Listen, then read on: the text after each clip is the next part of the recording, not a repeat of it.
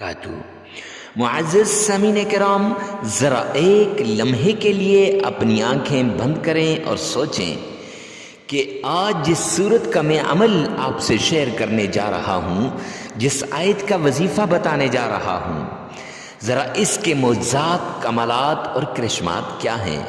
ایک ایسا گھر جہاں رات ڈھل چکی ہو، چولہا ٹھنڈا پڑا ہو، برتن خالی ہوں اور بچے بھوک سے بلک بلک کر اور سسکتے ہوئے سو جائیں۔ کمرے کے ایک کونے میں ایک ماں کمزوری اور بیماری سے کراہ رہی ہو، اور صحن میں ایک باپ تنہا بیٹھا آسمان کو دیکھ رہا ہو، اس کی آنکھوں میں سوال ہوں، ہونٹ خاموش ہوں اور دل چیخ چیخ کے کہہ رہا ہو، یا اللہ، کیا میری محنت کم ہے؟ اے کریم رحیم مولا، میرا یقین کمزور ہے۔ یا غفور الرحیم، تو پھر میری آزمائشیں کیوں ختم نہیں ہو رہی؟ ابھی میری آزمائشیں ختم ہونے کا وقت نہیں آیا؟ یہ کوئی کہانی نہیں ہے، یہ بہت سے گھروں کی حقیقت ہے۔ یہ ان گھروں کی حقیقت ہے جہاں بھوک نے، افلاس نے، تنگ دستی نے ڈیرے جما رکھے ہیں۔ ہم میں سے کتنے ہی لوگ ہیں جو دن رات محنت کرتے ہیں، مگر حالات نہیں بدلتے۔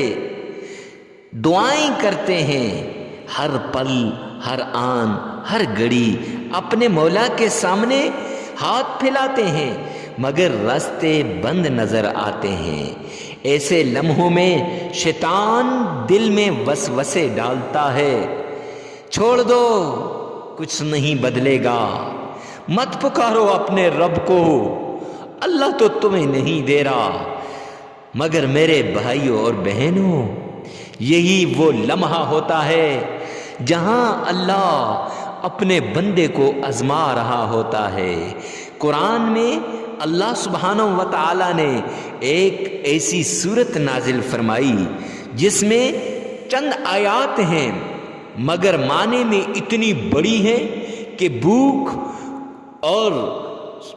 کے اندر اگر انسان صبر کر جائے تو یہ اس کے حالات کو تبدیل کرنے کی طاقت رکھتی ہے، اور صبر اور شکر میں یہ انسان کو ایسی نعمتیں عطا کرتی ہے کہ انسان سوچ بھی نہیں سکتا۔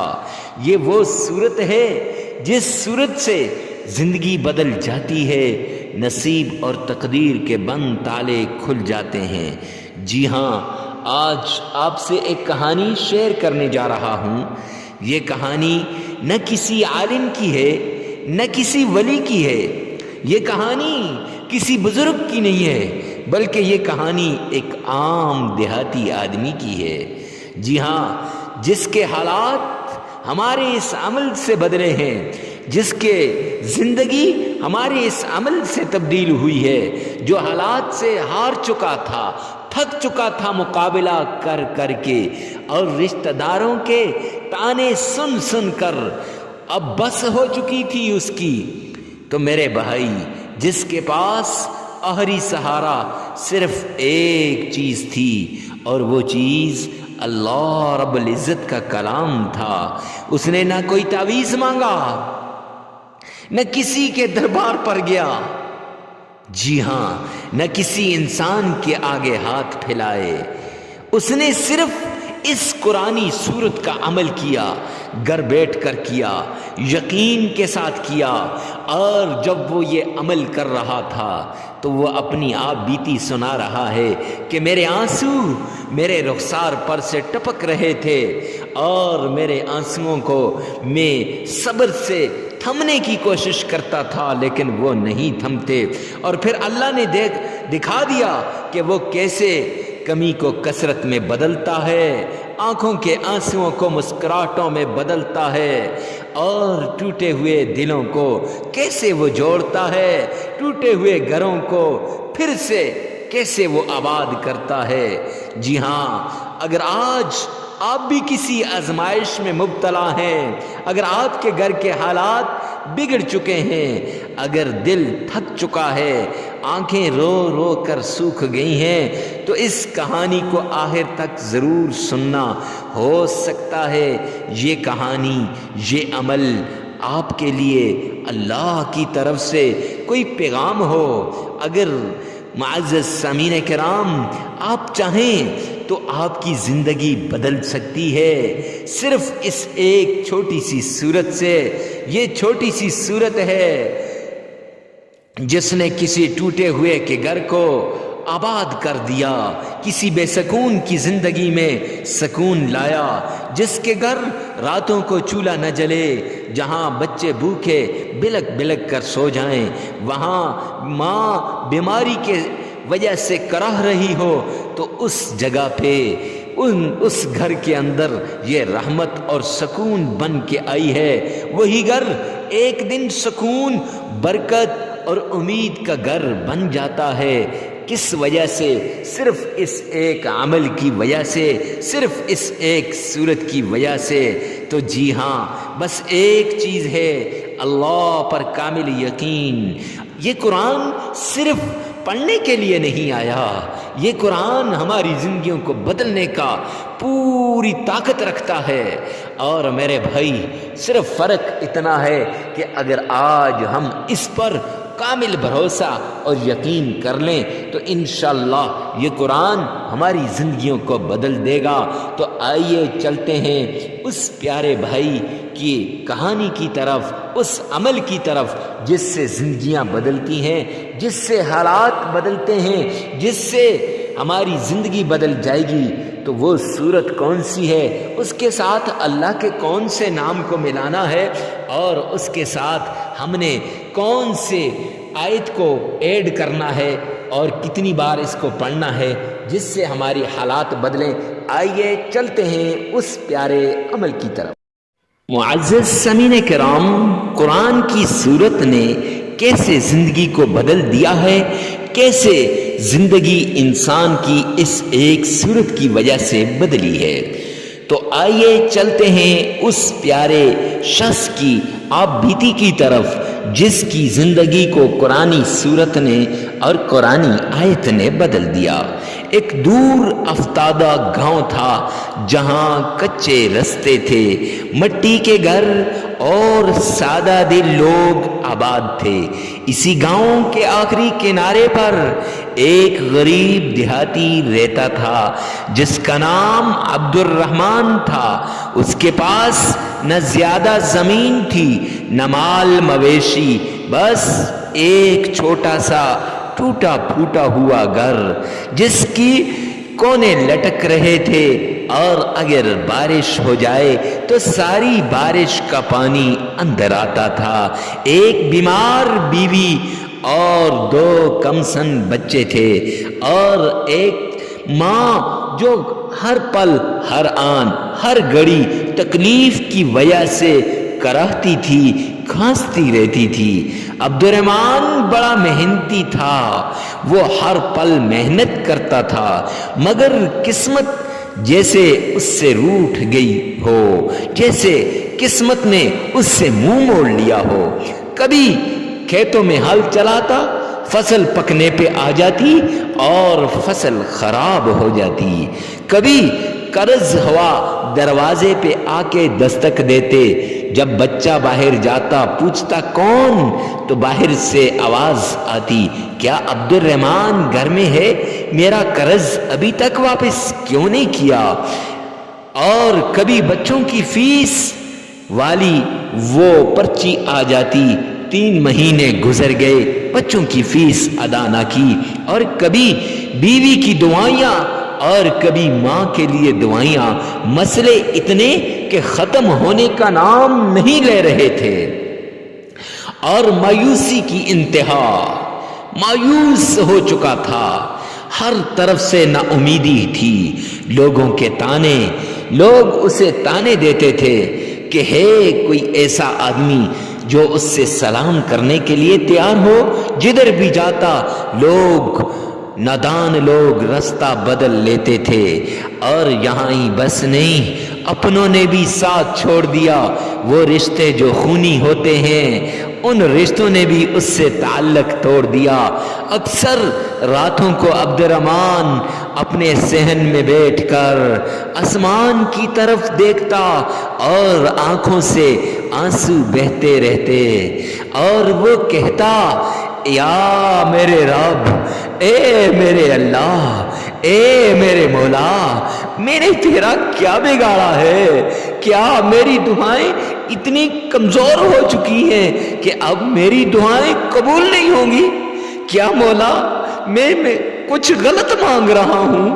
اے کریم رحیم مولا، تو میرے حالات کو بدل ڈال۔ اے رب رحمان، تو میرے حال پہ ترس کھا، رحم کھا۔ تو رحیم ہے، تو کریم ہے، رحم والا معاملہ کر، کرم والا معاملہ کر۔ یہ دعا اس کی زبان پہ ہوتی، آنسوؤں سے اس کی آنکھوں سے ایسے بہتے جیسے ندی سے پانی نکل رہا ہے، چشموں سے پانی جاری ہو، رخسار سے آنسو گزرتے اور داڑھی مبارک کو تر کر جاتے۔ ایک رات فاقے کی نوبت آ گئی۔ بیوی نے کہا، عبد الرحمن کھانے کے لیے لاؤ، بچوں کو کچھ پکا کے دوں۔ بچے بھوک کی وجہ سے سو نہیں رہے تھے۔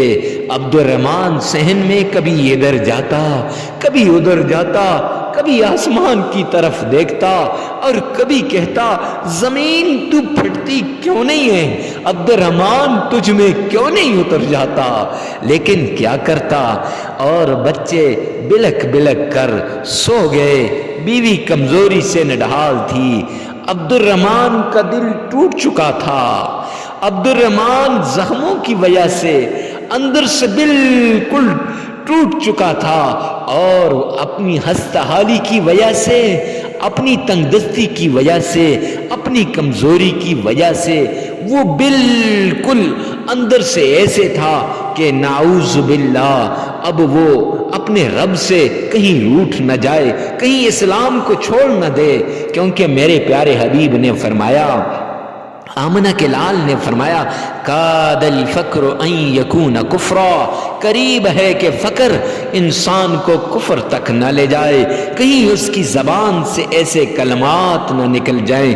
اسی کشمکش میں ساری رات صحن میں وہ کبھی ادھر کبھی ادھر، کبھی آہوں سے، کبھی سسکیوں سے، کبھی دعاؤں سے اپنے رب کو پکارتا۔ اتنے میں مسجد سے اذان ہو گئی فجر کی، اور یہ سیدھا مسجد میں چلا گیا۔ اسی گاؤں میں اپنی مسجد میں جاتا ہے، اپنے امام صاحب کے پاس، اور اپنے امام صاحب کے پاس پہنچ کے فجر کی نماز پڑھ لیتا ہے۔ امام صاحب قدرت خدا کی فجر کے بعد روزانہ کچھ نہ کچھ درس دیا کرتے تھے، اور آج کے درس میں انہوں نے قرآن پاک کی اس سورت کا کئی فضائل سنانے شروع کر دیے کہ جو شخص رزق کی تنگی میں مبتلا ہو، جس کے رزق میں تنگی ہو، گھر میں برکت نہ ہو، اولاد کی خوشی چھن گئی ہو، وہ اس سورت کو یقین کے ساتھ، محبت کے ساتھ، صبر کے ساتھ پڑھے، اللہ پر کامل بھروسہ رکھ کر پڑھے۔ تو کتنی بار پڑھے، اس کے ساتھ اللہ کا کون سا نام ملائے اور کون سی آیت، وہ آگے چل کر میں آپ کو بتاؤں گا۔ لیکن یہاں تو امام صاحب یہ بیان کر رہے تھے، یہ وہ صورت ہے جو قلت کو کثرت میں بدل دیتی ہے۔ یہ بات عبد الرحمن نے سنی تو گویا عبد الرحمن کے دل کے اندر اتر گئی۔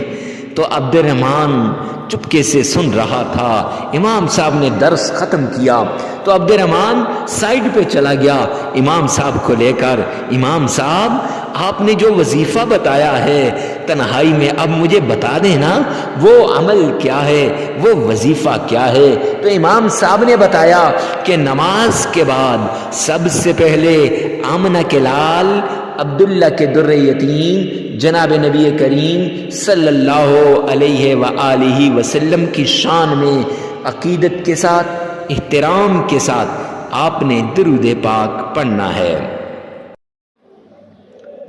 سب سے پہلے آپ نے آمنہ کے لال عبداللہ کے در یتیم جناب نبی کریم صلی اللہ علیہ وآلہ وسلم کی شان میں درود پاک پڑھنا ہے۔ یہ یاد رکھیں، یہ درود پاک آپ نے اس طریقے سے پڑھنا ہے گویا روضہ رسول کے بالکل سامنے آپ کھڑے ہیں، اور جب آپ روضہ رسول کے سامنے کھڑے ہیں تو اللہ کریم آپ کی مشکلات کو دور کرتا ہے اس وقت کھڑے ہو کر آپ اپنے پیارے پیغمبر پر جب آپ درود بھیجتے ہیں۔ تو اتنی عقیدت سے آپ نے درود پاک پڑھنا ہے۔ تو معزز سامعین کرام، اب کون سا درود پاک پڑھنا ہے؟ تو درود ابراہیمی پڑھنا ہے۔ ارے مفتی صاحب، درود ابراہیمی ہی خاص کیوں ہے؟ کوئی اور درود پاک کیوں نہیں خاص؟ تو درود ابراہیمی اس لیے خاص ہے کہ آپ دن میں 5 وقت نماز کے اندر کئی مرتبہ پڑھتے ہیں درود ابراہیمی کو، اس میں اکثر لوگوں کا تلفظ صحیح ہوتا ہے، اس لیے درود ابراہیمی، اور یہ اکثر لوگوں کو آتا ہے، اس لیے درود ابراہیمی کا انتخاب کیا گیا ہے۔ اب پڑھنا کتنی مرتبہ ہے؟ 11 بار پڑھنا ہے، 11 بار۔ 3 مرتبہ جب آپ پڑھیں گے تو حدیث پاک کے اندر آتا ہے، جامع ترمذی جلد 2 کی روایت میں آتا ہے کہ سرور کونین نے فرمایا کہ جو شخص 3 مرتبہ درود ابراہیمی کو پڑھتا ہے وہ اللہ کی ذمہ داری میں آ جاتا ہے، اور جو 11 مرتبہ پڑھتا ہے تو یہ حدیث کی کتب کے اندر موجود ہے کہ یہ اس کی ساری مشکلات کو دور کروا دیتا ہے اپنے رب سے۔ درود ابراہیمی 11 مرتبہ پڑھنے والے کے مسائل ایسے حل ہوتے ہیں، تکلیفیں ایسے دور ہوتی ہیں، پریشانیاں ایسے مٹتی ہیں کہ جیسے آٹے کے اندر اگر بال ہو تو آپ نے نکال دیا، تو جیسے نہیں تھا تو ایسے پہلے کی طرح خوشحال زندگی آپ گزارو گے، پہلے کی طرح پیار والی زندگی گزارو گے۔ کتنی مرتبہ پڑھنا ہے؟ 11 مرتبہ آپ نے درود ابراہیمی پڑھنا ہے۔ پڑھ لیا۔ اب 11 مرتبہ درود ابراہیمی پڑھنے کے بعد آپ نے قرآن پاک کی ایک آیت ہے جو جادو کو، جنات کو، تعویذات کو، نظر بد کو، بندش کو ختم کر کے رکھ دیتی ہے، ہر طرح کی ٹینشن سے آزادی دیتی ہے۔ ان ماؤں بہنوں جن کی گودیاں خالی ہیں، لوگ تانے دیتے ہیں اور وہ تانوں کو سن سن کر تھک چکی ہیں، تو ان ماں بہنوں کے لیے یہ عمل بڑا خاص ہے، بڑا نایاب ہے۔ اور وہ عورتیں جو دشمنوں سے تنگ آ چکی ہیں، ان کے گھر اجڑنے کے قریب آ گئے، ان کی اولاد اجڑنے کے قریب آ گئی، ان کو ڈپریشن کا شکار ہو گئی، مصیبت کا شکار ہو گئی، تکلیف کا شکار ہو گئی، تو ان عورتوں کے لیے یہ عمل بڑا خاص عمل ہے، بڑا مجرب عمل ہے۔ تو کون سی آیت ہے؟ تو آیت سلام قولا من رب الرحیم، یہ آیت اب پڑھنی کتنی بار ہے؟ تو معزز سامعین کرام 313 مرتبہ پڑھنی ہے۔ یاد رکھیے گا، اگر جادو ہے، جنات ہیں، تعویذات ہے، نظر بد ہے، بندش ہے، تو اس کے لیے آپ نے کمنٹ سیکشن میں رابطہ کرنا ہے۔ اس سے دشمن سے نجات کے لیے کمنٹ سیکشن میں آپ نے رابطہ کرنا ہے، تاکہ، اور یا میل پہ رابطہ کرنا ہے، یا یہ جو نمبر دیا گیا اس پہ آپ نے رابطہ کرنا ہے، تاکہ آپ کو اس طریقے سے بتایا جائے۔ تو یہ جو آج عمل بتایا جا رہا ہے، یہ بے اولادی کے خاتمے کے لیے، روزگار کے لیے جس کو روزگار نہیں مل رہا، اور پریشانیاں کاروبار کے لیے، مصیبتوں سے نجات کے لیے۔ تو 313 مرتبہ آپ نے سلام قولا من رب الرحیم ایک گلاس پانی پر پڑھ لینی ہے، پھونک مار دینی ہے۔ پہلے 11 مرتبہ درود پاک پڑھا، پانی پر پھونک مار دی، پھر 313 مرتبہ سلام قولا من رب الرحیم پڑھا، پھر پانی پر پھونک مار دی، اور پھر اس کے بعد آپ نے پھر 11 مرتبہ درود پاک پڑھنا ہے۔ اور لیکن 11 مرتبہ درود پاک پڑھنے سے پہلے آپ نے اللہ کریم کا پیارا نام یا عزیز، یا عزیز 1001 بار پڑھنا ہے، یا عزیز 1001 بار پڑھنا ہے۔ پھر آپ نے 11 مرتبہ درود پاک پڑھ لینا ہے، وہی درود ابراہیمی۔ پھر سن لیجئے گا، پہلے 11 مرتبہ درود پاک، درود ابراہیمی، پھر 313 مرتبہ سلام قولا من رب الرحیم پڑھ کر پانی پر دم کر دیں، پھر یا عزیز 1001 بار پڑھنا ہے، پانی پہ دم کر دینا ہے، اور پھر اس کے بعد 11 مرتبہ آپ نے درود پاک پڑھ لینا ہے، عمل مکمل ہو جائے گا۔ لگاتار 21 دن یہ عمل کریں یا 40 دن کریں، 21 دن کریں گے تب بھی بہتر، 40 دن کریں گے تو سب سے بیسٹ ہو جائے گا۔ ویڈیو کو ثواب کی نیت سے صدقہ جاریہ سمجھ کر آگے شیئر کرنا مت بھولیے گا۔ ہاں، یہ جو پانی ہے نا، اس پانی کو 3 طریقے ہیں۔ ایک پینا ہے، پہلے ایسے کو 3 گلاس کے 3 پارٹ کر لیں، ایک کو چھت میں چڑیوں کے آگے ڈال دیں، پرندوں کے آگے، دوسرے حصے کو آپ نے گھر کے کھانے پینے کے برتن میں ڈال دیں اور اس کو استعمال کریں، اور تیسرے حصے سے گھر میں چھڑکاؤ کریں۔ اس سے جادو، جنات، تعویذات وغیرہ ختم ہو جائیں گے اور آپ کی زندگی سکون والی زندگی بن جائے گی۔ ویڈیو کو ثواب کی نیت سے صدقہ جاریہ سمجھ کر شیئر کرنا مت بھولیے گا۔ اللہ میرا اور آپ کا حامی و ناصر ہو۔ والسلام۔